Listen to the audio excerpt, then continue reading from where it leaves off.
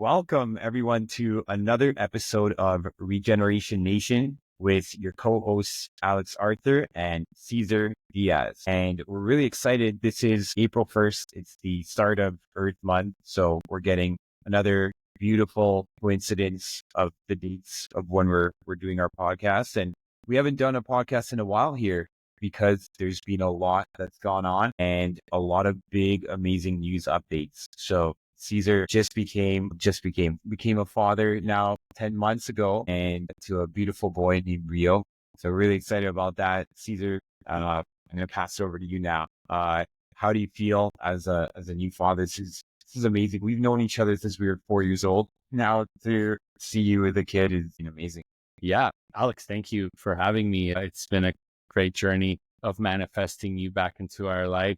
Yeah, we've known each other for a really long time. And just to answer your question, having a baby has been ultimately life-changing. Obviously, it comes with the life-changing realities of having a toddler in your life, and adapting to that is definitely a big change. And then running the farm, having the farm and juggling life and family is certainly not as easy as you would think. It's natural. It's a natural, beautiful process, but not easy. That's for sure. But we're making it happen. We have our farm happening. It's in full force. I usually sling Rio on my back. That ends up working out. It's like carrying him just eases him, and he's able to work with me all day. So that's pretty good. You sent me that picture yesterday or the day before of Rio on your back, happy as a lark. Super happy. He doesn't even cry. That's the thing. Actually, humans, we don't realize this in most underdeveloped nations. And, both my parents come from underdeveloped countries, mostly in Colombia. See, moms are always slinging their babies, always carrying their babies. And, here it's a little bit different. You see even parents walking their babies with they have a leash on them rather than carrying them, right? Yeah. It's the opposite. So if I carry him, he doesn't cry. If he's just hanging around, he gets antsy and gets fussy, and then eventually he cries. But if I carry him all day, working outside on the tractor, doing stuff, not a peep. It's crazy. Yeah. Serene, calm. And that early exposure, he's getting all that early modeling, early exposure. Even at 10 months old, he's absorbing you. He's absorbing reality. He's absorbing that you walk, you talk, you work. He's absorbing your work ethic right now, which is really exciting. And that brings us to our theme of today's podcast that we really want to dive into, which is creating sustainable abundance, which is the whole theme of regenerative agriculture and our Regeneration Nation podcast. Totally. How do we create sustainable abundance for the future generations? Now that you're a father and you have a beautiful son, how does that hit you differently than, when we first reconnected? What changed inside of you? Has it become more meaningful for you, or just reinforce that meaning to create this amazing sustainable future? Yeah, that's a good question. I think sustainable abundance as a whole is obviously a massive undertaking. The idea of, having life on Earth is abundant in nature, and we have everything we need here. The universe is all giving and abundant.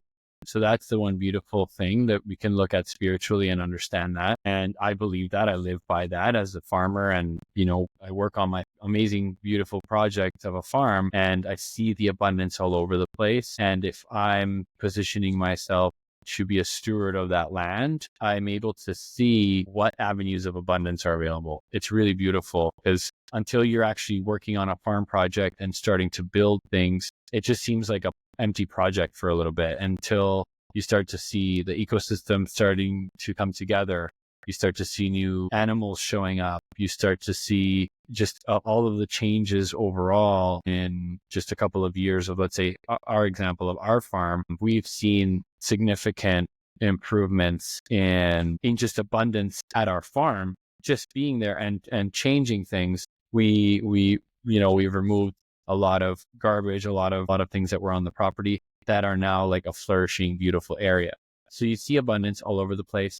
Now, in terms of sustainable abundance and the notion of what sustainability is, growing food in a sustainable way, and how we can create systems that are going to feed local communities and actually help our children to have an advantage in the future, is to get to what that means. What is sustainable abundance at the level of growing food?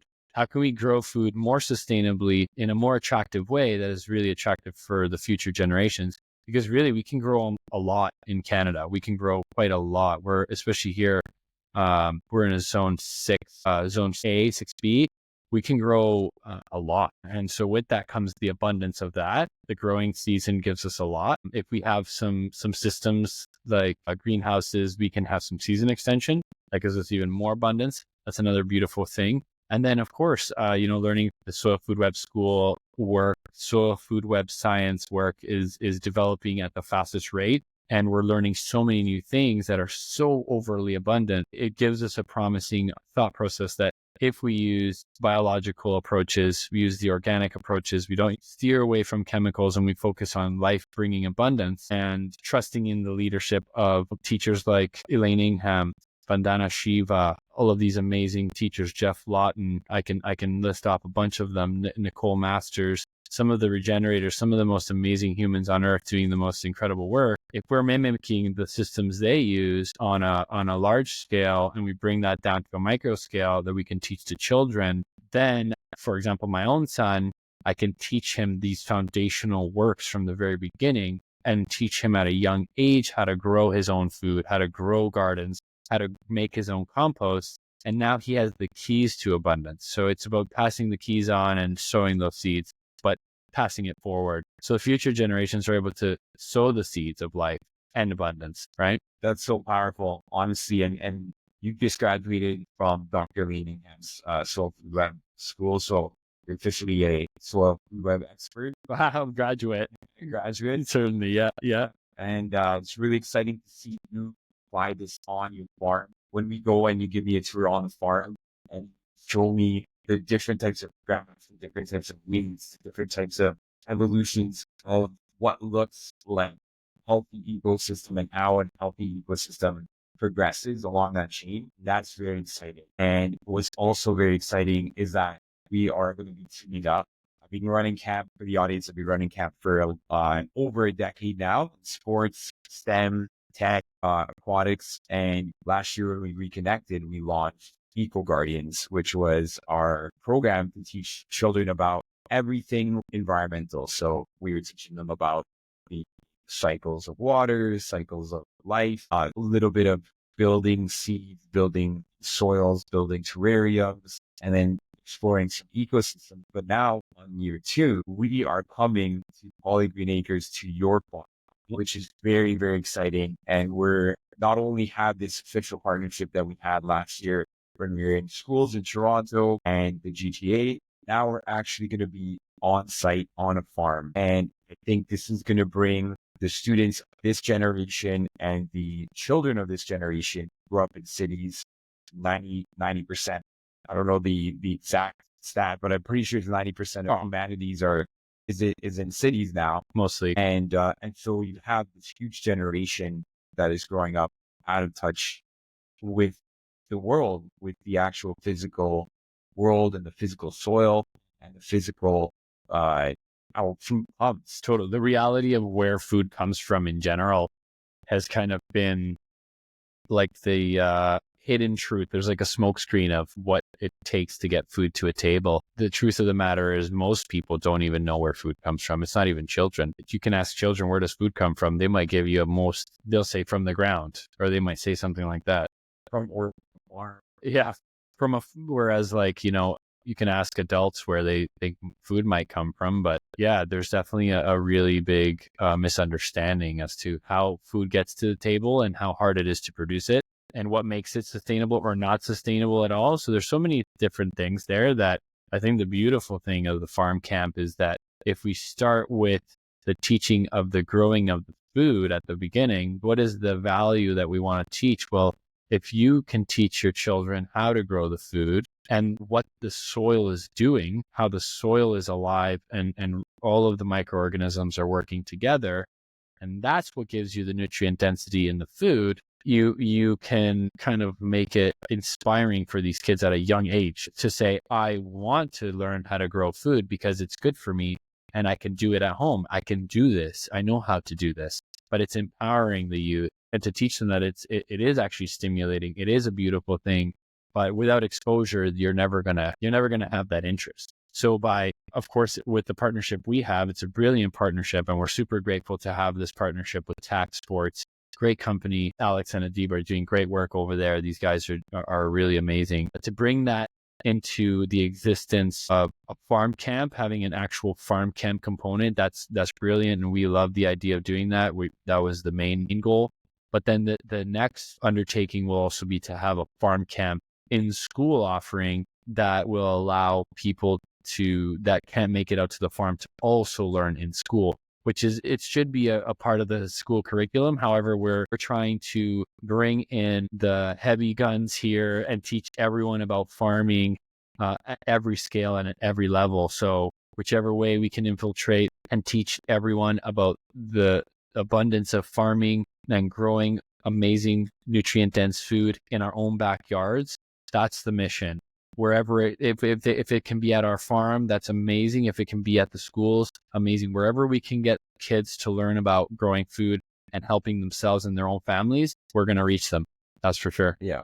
And that's really, really exciting to think that we can change. The first step for changing is through education. And that's something that we're very, very passionate about, both of us. And that's what our mission has been, to change the future generation, equip them with the skills for their lifetime, and doing this at Polygreen Acres while you have the farm going on during the summer, where you're actually physically growing food in a very sustainable way. And for the audience that might just be tuning in, when we talk about regenerative agriculture, we're talking about agriculture that doesn't take away from the soil, it doesn't take away from the landscape.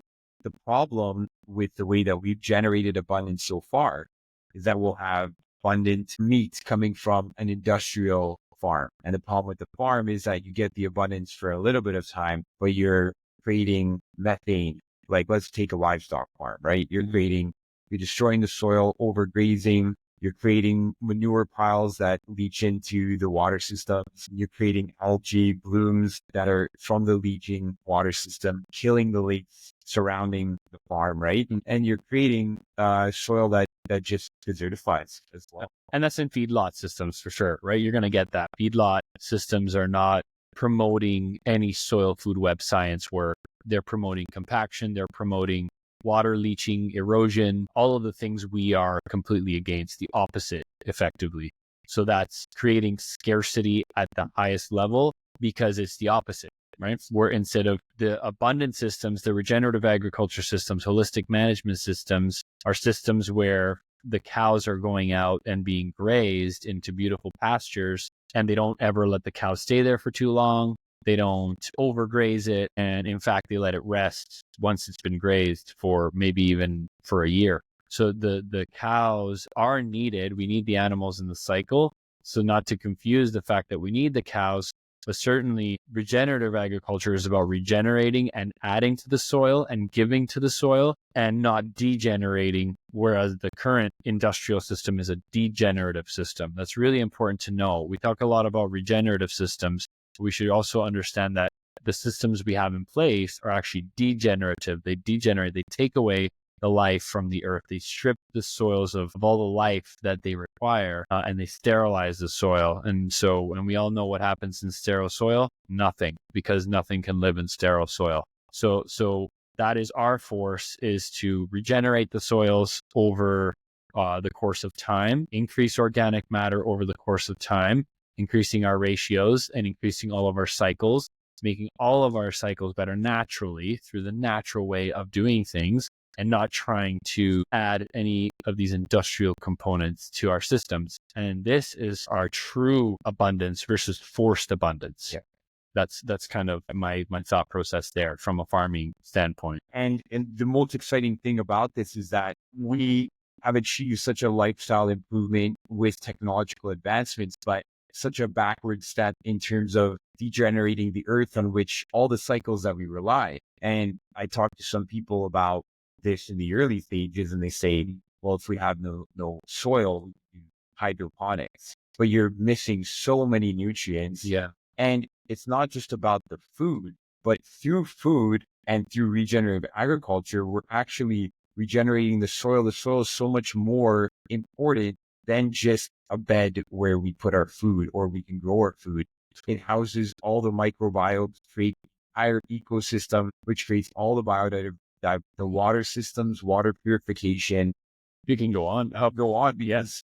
The I'm going to ask you about all of these things right now, but the nitrate cycle, the water cycle, the nutrient cycle, and then also our water systems that create fresh water for us. And then you add on top of it, one of the biggest issues that we're seeing everywhere, the hottest year on record last year, this year will be the hottest year on record again, is the climate change issue from the methane and from CO2. But methane is from the industrial, agricultural, livestock practices, which is certainly a big part of it. Big part of it, not just them, but certainly a big part. But then the carbon sinks that good soil can provide. And I'll let you go into all this, but just to show that creating that soil and that abundance and that agricultural system that is solving maybe 5 major issues that the world is facing, and creating all the major ecological issues we're facing can be solved through regenerating the earth, regenerating the soil. Totally. Yeah, absolutely. And I truly believe that we can regenerate every single type of soil on earth. We can. It's just a matter of the understanding, having the tools, having the know-how, and having the people who want to change the landscape. Full desert regeneration is possible. And it's been possible through the efforts of Dr. John D. Liu. We have Jeff Lawton. We have Alan Savory, Holistic Management, doing amazing work in South Africa, regenerating deserts, land that had been completely overgrazed by goats and cattle, by farmers who didn't know what they were doing. Because when you're living in an arid area, especially dry, arid desert areas where you don't have much vegetation, and if you have less precipitation overall, you have a lot of precipitation, but it all happens in one event. And if your ground is bare, there's nothing to catch that water and nothing to infiltrate the water into the aquifers beneath the soil. Eventually, you just erode all that water away during the only water event that's going to happen. So in a different context, deserts are the extreme of one level of regeneration, but all pastures also need to be regenerated, because if you don't regenerate them, they will also then not follow a successional pattern, because we don't have the same systems. Like the buffaloes in North America are no longer grazing. That's a huge problem. And then fencing is a problem. All farmers, what do? They all got fencing. Everyone got fencing. And now the natural migration is no longer happening. When you don't have that natural migration, now you have to biomimic. And biomimicry is what we use in regenerative agriculture. There's actually farmers who are using buffaloes, who are bringing the buffalo population back in North America, bison and buffalo, which is incredible work. The beautiful thing about bison and buffalo is that if you have grass this tall, they go like this. They eat halfway, and you're not going to overdo it, and they're going to keep moving on. They're like the perfect lawnmower, right? Halfway. Cows, they'll just go like this all the way to the bottom, and then they eat, and they're very hungry. They have 4 stomachs. Very different animal. They're ruminant, but they're different. They ruminate differently. So different. Buffalo and bison. Yeah, they kept the prairie lands perfect because they knew how to graze. Yes. And they graze all winter as well. And they're migrating constantly. Yes. So they're constantly massaging the earth, but never staying in one spot. And let's explain that process a little bit for people who haven't seen this. Absolutely. Things popping up on Netflix about it too, which is very exciting that it's getting into more mainstream culture, and it's amazing. And this is what our mission is, and our pet peeve. The pain point is that this is so out of main culture, so out of mainstream culture, that kids won't even believe that something like a desert can be regenerated. They just think it's a desert. We just hear about deforestation. We hear about desertification. It just keeps on stacking. And you're hearing these little things in the mainstream culture that are seeping in, but you're not hearing about these incredible solutions and the fact that bison, buffalo, these roaming creatures actually regenerated all the land. And let's tell them a little bit about how does that happen? Like, what about them grazing will regenerate? What happens in the soil? Yeah, so it's their poop, their manure, their saliva. That's all really important. Their bile, the bacteria that lives in the gut of cows or even ruminant animals are very similar bacterial complex that we humans have in our guts. So that's really important. because we need probiotics. And when our cows are regenerating pastures, they're constantly eating, they're intaking the grass, they're intaking all those nutrients. They're going to naturally be healthier cows, healthier cattle. And then the beautiful part is that their saliva, their manure, their urine are all fertilizers. So when they're running through a paddock system, if they're going to be grazed on a paddock system, moving from paddock to paddock to paddock to paddock in an electric fence, moving around, grazing, rotational grazing is what it's called, in holistic management as a whole, as a practice, you get the cows moving from one paddock to the other to the other. They pee, they poo, they will spit everywhere. The saliva, all of that good stuff is all a bacterial concoction that the soil will then intake. And then you have, in any healthy soil, you're going to have thousands and thousands and thousands of types of insects, if not hundreds of thousands of different organisms living in it. In a teaspoon, you have billions of microorganisms on a microscopic level. You can have tens of thousands of different insects, right? So when you're talking about at the highest level, you have all of your soil food web organisms working in conjunction in a synergistic, in a symbiotic relationship to take the pee, take the poo, and take the saliva from the animals that are coming here and grazing and taking that deep into the earth and making the nutrients cycle using all the systems.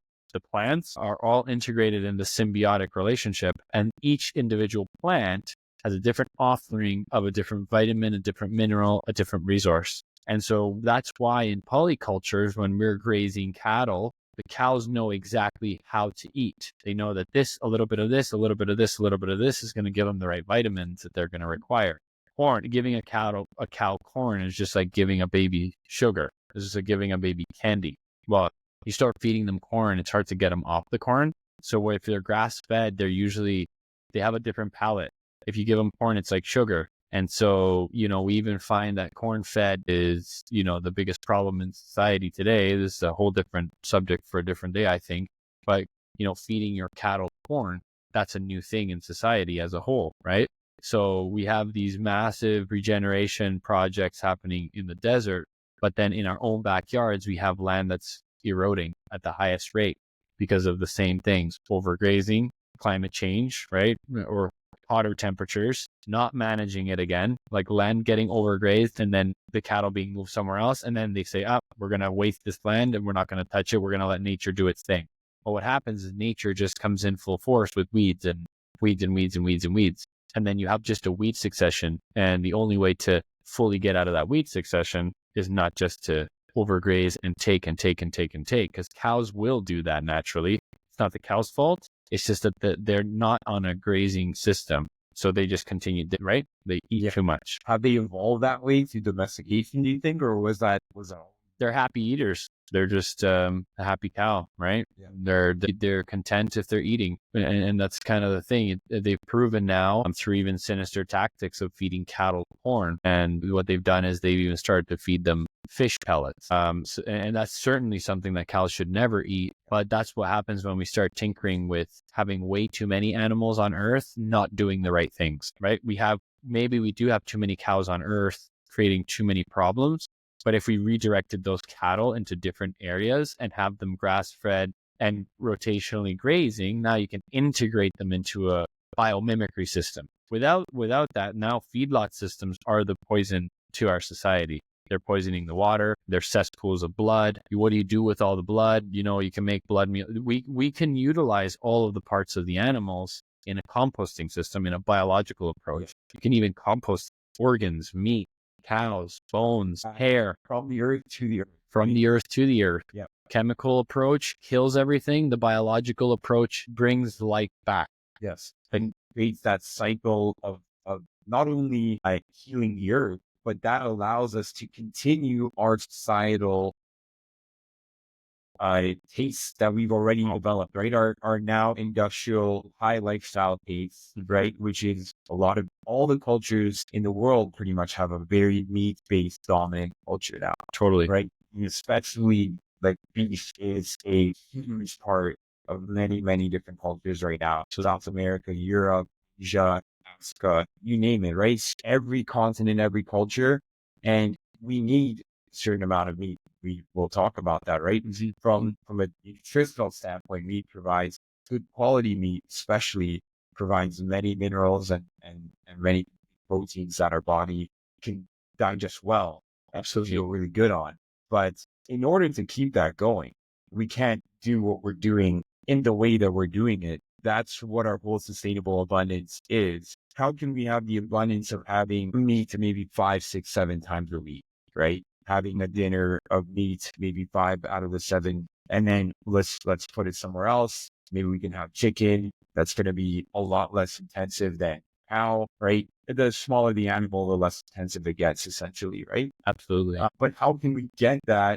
Because I believe in a world, and I think we believe in a world that where we can have things that we enjoy and that are good for the human body, natural things that are good for the human body, like food and water, needs that without this, we're going to just die or not living our best sustainable life. Yeah. And how can we do that? Not with utilizing the agricultural systems of the past 50 years post World War II. And how do we create a system where we've seen some of these farms, these regenerative farms, they become not only not harmful, they can become ecological reserves in their own right. Absolutely. Which filter water, increase biodiversity, and produce the best quality meat, fish, vegetables, anything you want. The best tasting food that anyone has, and the most nutrient dense nutrition, the highest nutritional quality food that anyone's experienced in their lifetime. Crazy. And you can do that while enhancing the earth. And I think we were always meant to be, as humans, stewards of the earth, not just stewards watching it and trying to figure it out. But the fun thing and the exciting thing about being in this time and age is that we are discovering more ways to mimic and be one with the cycles of the earth. And that's why in this regenerative podcast, our podcast, there's no one's the villain in this situation. Everyone's just trying to create their own life abundance and abundance for other humans in the only way they know, or with the scientific knowledge that they had at the time, or with maybe they know the knowledge, but they have this incredible industrial inertia or life inertia, right? People living cattle in a certain way for so long, if you can sustain that for your family financially and you can continue selling your meat, there's an incredible amount of inertia to change. Right? Absolutely. And it's not that person's fault. It's just we only have one life and you build a career for 30 years. It's going to be incredibly difficult to get out of that cycle. And many times you have obligations, financial obligations in that cycle, things like that. But if we start again with empowering the future generations, then that's going to be something that we don't even, once that cycle of inertia kind of passes on, we're going to be stepping in to say, okay, there's a better system where you can make more money. You don't have to give up your land anymore as a farmer. If you burn your land and you destroy your land through these industrial practices, the farmers have no land left. The landowners, or if the farmer's the landowner, you're double hit. And if the landowner has a farmer that's using glyphosate and all these industrial chemicals, and then all these inputs in the land can be regenerated, but it'll take a long time. Years at that point. Yeah. If we push it to the desertification or a place where you just call it a sterile land, right? Non-arable land. It's become vacant land with no life, unfortunately. And there is a way, I think, for us to look at a future where kids can be empowered. They can be franchised by the idea of where food comes from, as the idea sounds really mystical and magical, but we can grow it all here. We can scale, it's scalable. The education component of it is scalable. And then having a local community is highly scalable as well. Yeah. So there's so many win-win-win situations for the biological approach in farming. And that's where our farm camp is so beautiful. The partnership in between camp companies like Alex's company, TAC Sports and TAC Camps, they're doing amazing work to expose children to all of these incredible skill sets, from sports to chess to other, financial literacy skills, to now a farm camp offering. And I believe this is the future of education, and not just Alex and I speaking on a podcast talking about regenerating the planet, That's certainly a manifestation that we're seeking, and we're praying, and constantly we're blessing and looking to achieve abundance, and that will certainly come. And now it's just about franchising the kids as well as their parents, because to get to the parents, usually the kids are the ones that are going to buy them in. The parents buy the kids in, and then the kids buy the parents in. Yeah. The kids sell the parents after the parents buy the kids in. So it's a beautiful thing where the kids now are having fun with farming. They can do it at home. They can do it in their own backyards. They have a little balcony. We can teach kids how to empower themselves with whatever space they have. And that's the most beautiful thing. You can grow food in any space on the planet. And that's what we've been underlooking for a really long time. It's not that we're overpopulated on Earth. It's that our urban cities, our urban centers are overpopulated, right? The farming rural areas are very unpopulated. And if you think about that, well, those rural areas, they're just in the outskirts of most cities. Within 20 minutes of any of your major cities, you have farms all over the place. And that's outside of any outskirt of any city. Doesn't matter. And we can usually have access to a piece of land somewhere where somebody can grow food within 20 to 30 minutes. It's just how we've distributed food. And that's another big topic that I think we'll definitely touch: distribution of agriculture goods as a market, as an altogether system, infrastructural system to feed the world. We need to have the distribution system figured out. That's the biggest problem we face. And I think that's the reason why businesses like ours haven't been able to scale at the aggressive global level, or even on nationwide.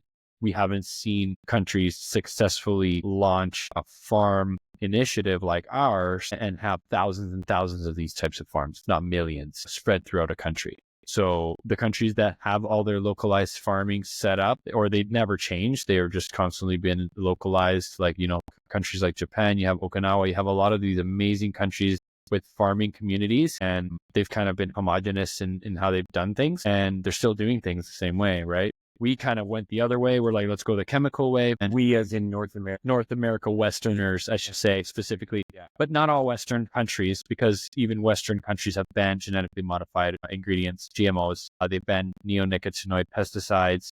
They've banned herbicides, fungicides, any sides that kill, chemicals that Dow Chemical and Monsanto and other big companies are approving or getting the FDA to approve in this country are completely illegal in other countries. And here, the farmers are just spraying hundreds and hundreds and hundreds of thousands of acres of GMO Roundup ready corn and soybean, which is the major push for us to poison our land. That's what we're usually poisoning our land with here in Canada. And the products that we're creating from those corn and GMO soy, those are also poisoning people from a nutritional standpoint. You've got Coca-Cola, you've got your... all dry goods, all dry grocery goods at any grocery store. You can go fresh, go to the perimeter of a grocery store. You have your meat, your seafood, your deli counter, which I would still avoid the deli counter. Crazy amount of sodium, nitrates, craziness happening there. And a lot of actual problems with deli meats because they're fermented and you got a lot of worms. There's a lot of worms in that. Anyway, it's another subject for another completely different day, because of pork and pork sanitation and monocultures have created a lot of disease in areas like delis. So, and bacteria. That's another topic for a different day for sure. But definitely, if you seek out the fresh perimeter of a grocery store, you'll find that's where the healthiest foods are. And then the fact that there's a health food aisle in a grocery store, that might tell you something about the rest of the store.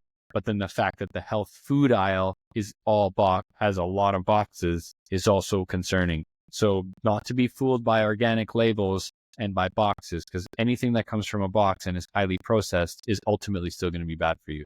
But certainly the dry foods, dry grocery goods, if you can steer clear from those and stick to whole foods, plant-based foods, but also meat-based foods, as long as they're healthy, nutrient dense, and on a higher, just a better way of upbringing and raising. If you know the farmers that are even raising it, that is the best way to trust the food source. But until you can trust your food source, you're basically betting on the market, the grocery store market foods.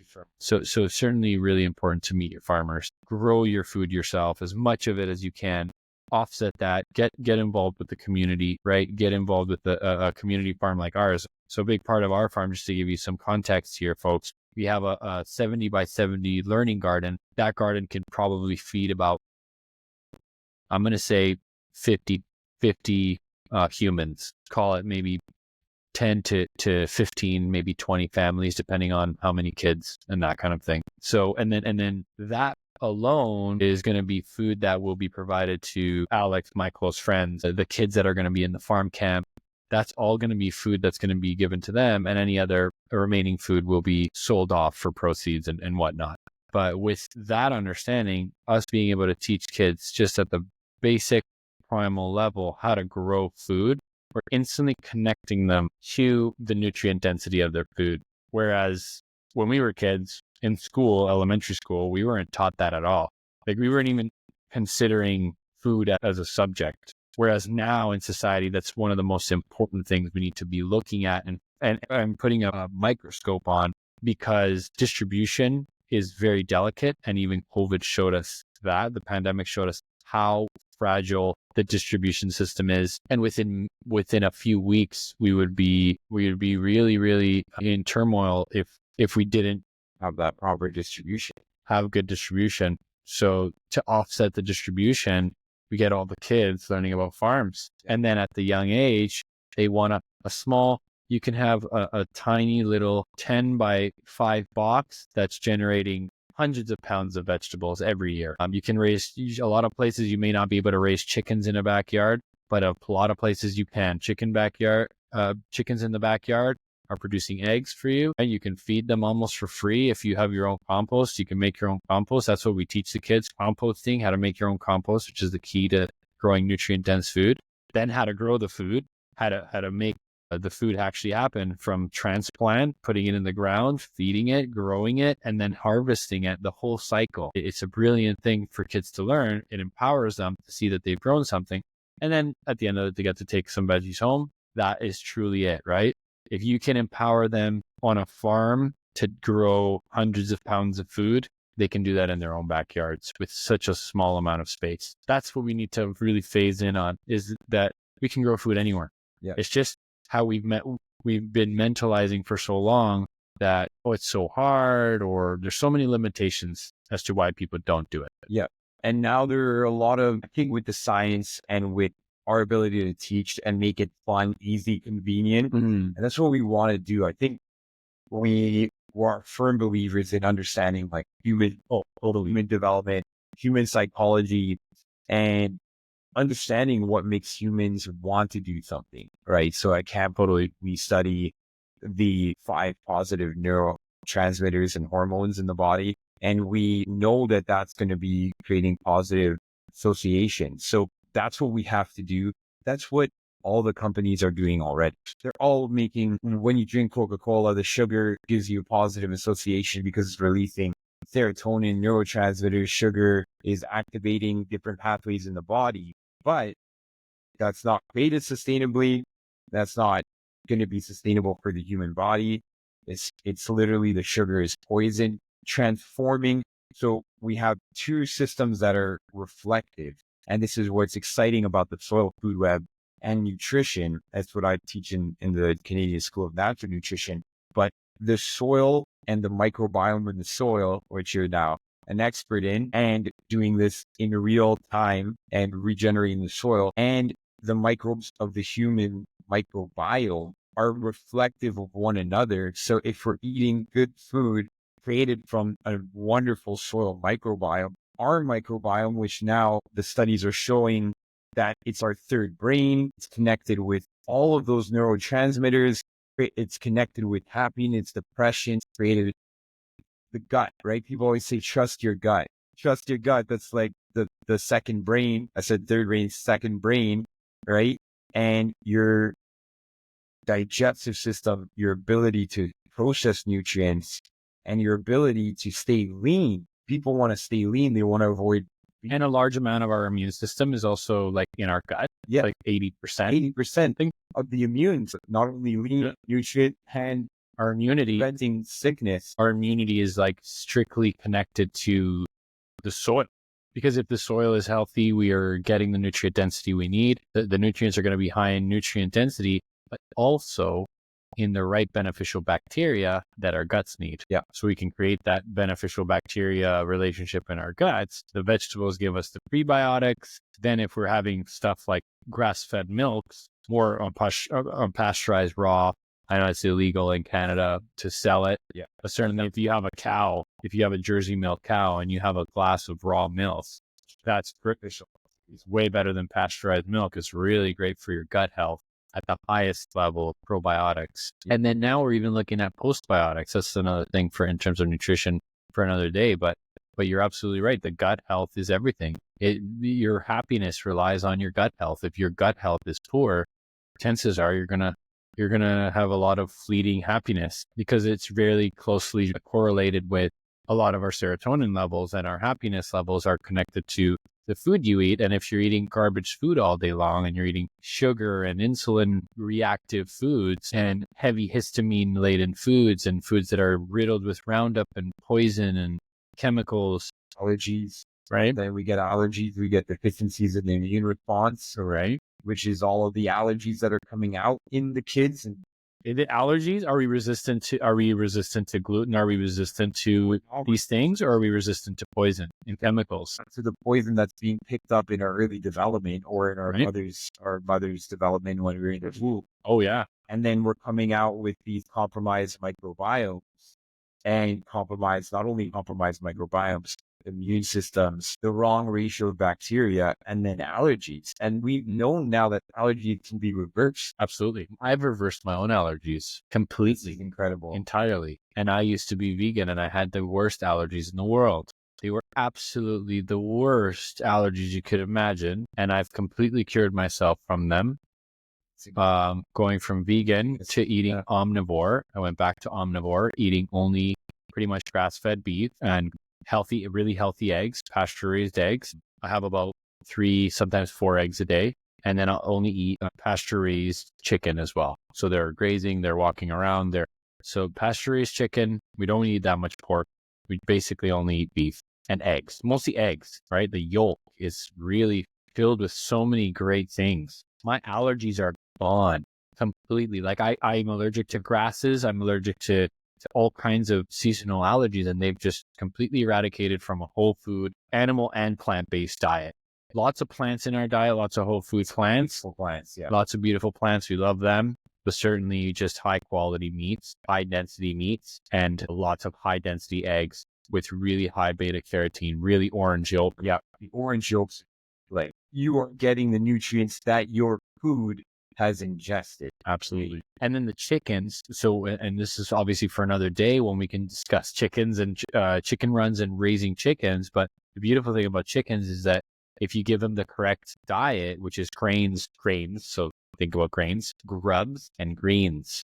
You need a 3-part diet, not just grains, which is typically what chickens are fed, only corn diet, grain diet. If you change their grain from corn over to a better type of grain, something that's a little bit more healthy for them. If you keep a nice huge compost heap in their chicken run, I'll show you what my plans are for that. It's a brilliant thing. Jeff Lawton has a chicken composting system within the chicken run that provides all of the grubs. That's another part of the G. And then the greens, all of our cuts from our gardens, all of our extra greens and materials that come from the excess waste, they all go straight into the chickens. So they get their diet profile, their greens, their grubs, and their grains. And now you have the most beautiful orange, strong yolk eggs you'd ever see. It's incredible. Healthiest eggs, the best. And then if you have a little bit of grass-fed butter, cook them in grass-fed butter. Yeah. Bro, you will have the best eggs in the world. It's incredible because coming from a nutrition and a fitness model, had to get shredded for competitions and gone through so many different diets, even before holistic nutrition, learning through kinesiology and those processes, the exact diet. And these are for people like, I wish I had my ideal body. I wish I had my ideal health. And we know health is the foundation of a quality, abundant life. I don't have health. Forget about relationships. Health is wealth. Yeah. 100%. Forget about making money or your relationship. If you don't have your own personal health, you have nothing, right? So all of that, and then the ideal diet for not only health, wellness, and preventing sickness and getting shredded. And everyone wants this kind of ideal life, right? And this is what abundance is striving towards our ideal life with having the resources all the resources we require to having an amazing life. And that exact diet that you just described, of the very rich plant-based diet full of nutrients, probiotics, prebiotics, and quality grass-fed meat, and quality eggs and grass-fed butter. And raw milk, which is a controversial subject, but a glass of raw milk once per every 2-3 weeks will restore your gut bacteria, your gut microbiome. Yep. And all of that. And that's the exact diet minus the raw milk that I do every single time to get shredded. And when you start putting on the weight, it's because you've now gone towards this abundance that is not actual abundance. This abundance that we have of low quality food, highly processed food, that's not true abundance because it's creating a lack of abundance in other areas, right? It's forceful abundance. Forceful abundance. Because you're getting the abundance, you're getting the thousands of calories, so you're backfilling with garbage, and you're just consuming garbage. You get your 200 grams of protein and you backfill.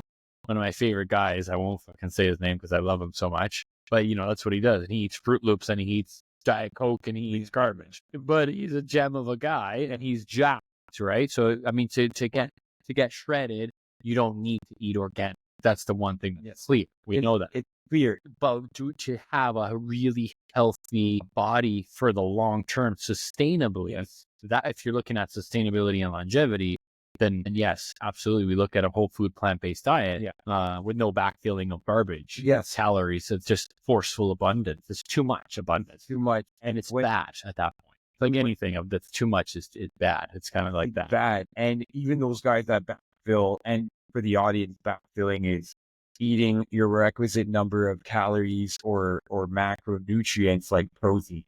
So he's hitting 200 grams of protein to keep his muscle growth and muscle synthesis going. Eat a couple steaks or whatever. A couple steaks, and he's eating generally healthy. And then and it's all about measurement of calories, but he's measuring these calories after to give himself some desserts. Oh yeah, and whatever. No, but it's basically whatever you want. Whatever it is. Yeah, whatever nuts. You can have crackers. You can have it all. Yeah. You can eat garbage. But I think the essence there is that he did not have that quality protein, and he could not sustain eating the quality protein. And that's what we do in holistic nutrition. We say, don't avoid the foods you like, that your palate is used to. Learn to love the foods that make you feel amazing and that are amazing for your body. This is what we're teaching the kids. Love that. And we'll teach the kids as part of the camp. We're going to have a food element there too. Yeah, of course. And the food element is going to teach the kids, and we've been doing this in a strong food program that we've been launching, is if you're falling in love with the food that makes you feel good. For example, no human on earth can have a lean chicken salad and a boiled egg with amazing greens and feel terrible. A beautiful Cobb salad with chicken breast. Yeah, beautiful Cobb salad. Absolutely not. Every human on earth is going to be feeling, unless they're a vegan and they hate animal products because of moral reasons or whatever. Morality and health are different things. Yeah, for sure. Eyes closed, like they don't know anything yet. They're just a kid. They're not choosing vegan or anything yet. They're having something like that, and their body is feeling. They're digesting well. They're getting so many nutrients and water content with good water-based vegetables. Good fiber, good prebiotic fiber there. Yeah, all the minerals and nutrients that the vegetables have to offer. All the amino acids the meats have to offer. All of those rich minerals that are given to you from consuming those meats at the highest level. The protein breakdown, the amino acid breakdown, full profile. Yeah, and kids. Like anybody will feel so good with that and feel good because it's instantly good for you. You're instantly loading up on the minerals that are required. And that's where you create sustainable abundance. That's the whole world of sustainable abundance and sustainable health. Because even when we're taking it back to a fitness, let's take it back to that ideal body that everybody wants. If you do it not with this way, with that good, nutritional, amazing whole diet, you can get shredded, but only for once and only for a short time, because you're going to feel, if you're eating all the processed foods or all those things, you're going to feel your digestive system is going to be everywhere. Your libido is going to be crashing this way and that way. You are going to be feeling like I've starved myself in a sense, essentially of nutrients. Right. So while you might have got caloric intake that has designed your body to look a certain way, that's immediately not sustainable because you're feeling your lowest point spiritually, health wise, everything. So to actually have that, like that abundant life and abundant looks, you're going to have something that is feeding your microbiome For sure. and keeping all of your positive nerve. You're sleeping well, eating well, Enough water, drinking enough water, not overdoing it, we right? talk about water on another podcast. It's super important conversation before this podcast on water. And I think that is what's exciting because we've seen the kids eating Lunchables. Like, Oh man. the whole farm camp that we're going to be doing is like, this is actual food. This is life. When you go to some of the countries that have the best quality food production and you're going to a farm and you're eating that food, we both grew up with our parents farming and our grandparents giving us food. When you taste that, when a kid tastes that fresh fruit or that fresh food that's coming, Never forget it. it's your eyes go wide and you say, is this actually real? Like, is this real that this food is this good? Those eggs that you described, the orange eggs, because of the 3Gs that the chickens are having, you have that egg, you can't even believe that the eggs that you were having were actual real eggs Totally. because they weren't authentically going by the cycles of life. Actually, they're artificial. They're artificial. Yeah. Artificial inputs, not according to the natural cycles that is supposed to be followed in nature, developed. There's not even a rooster around for a lot of those hen operations. No, They're just artificially inseminated to begin with. So artificial on every layer, on every layer. And the beautiful thing about sustainable abundance is that you're having the best quality for the longest time. And it all comes back to what we're going to be teaching the kids, which is all of that great life and result of life comes back to the farm, soil. And then our end goal is imagine a world where we don't have climate change. We're not worried about like the air, the poison air. We're not worried about poison food. We're not having to wash our food like 9 times because it has chemicals on it. We're not worried about obesity, diabetes, which is also caused by deficiencies in the microbiome.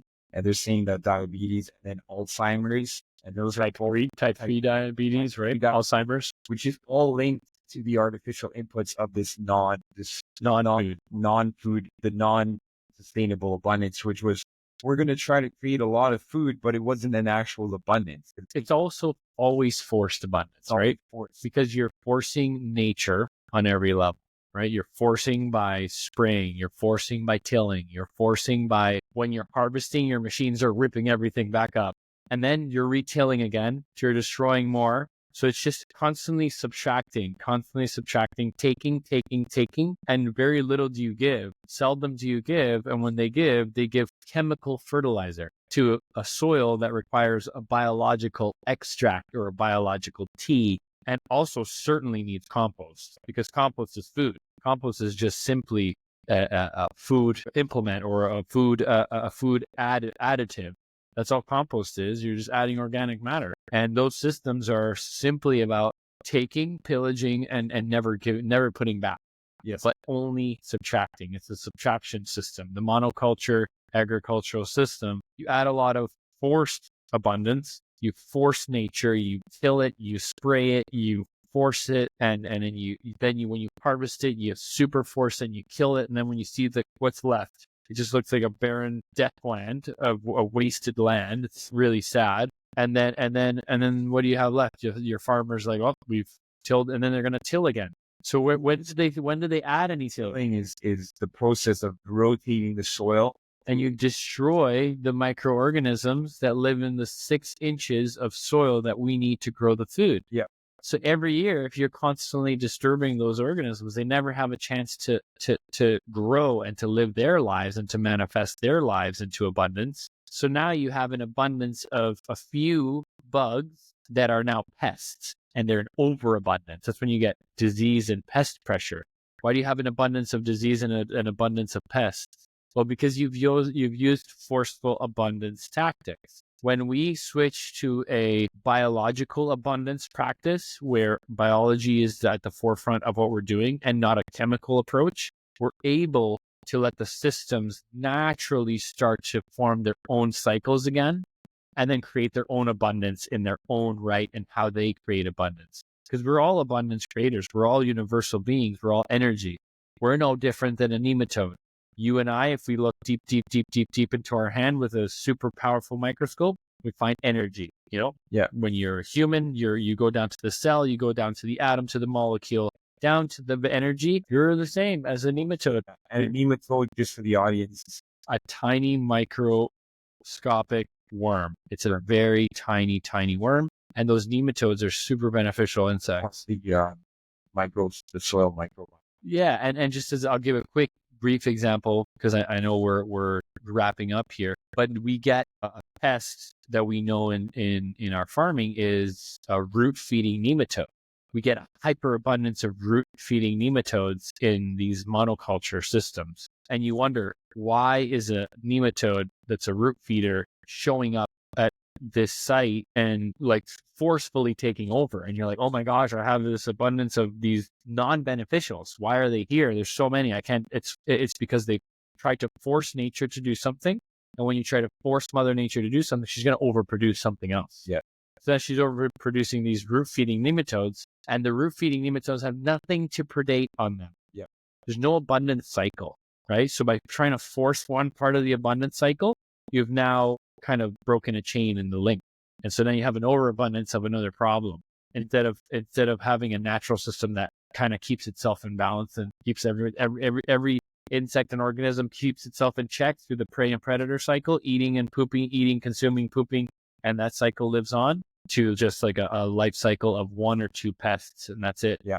And that's the same way we see, that's why the human microbiome and the soil microbiome is so similar. Because jugs are like the artificial inputs for the soil microbiome that we just discussed. And you put one jug in, and that's why there was this kind of evolution of understanding like, oh, this is a chemical information revolution.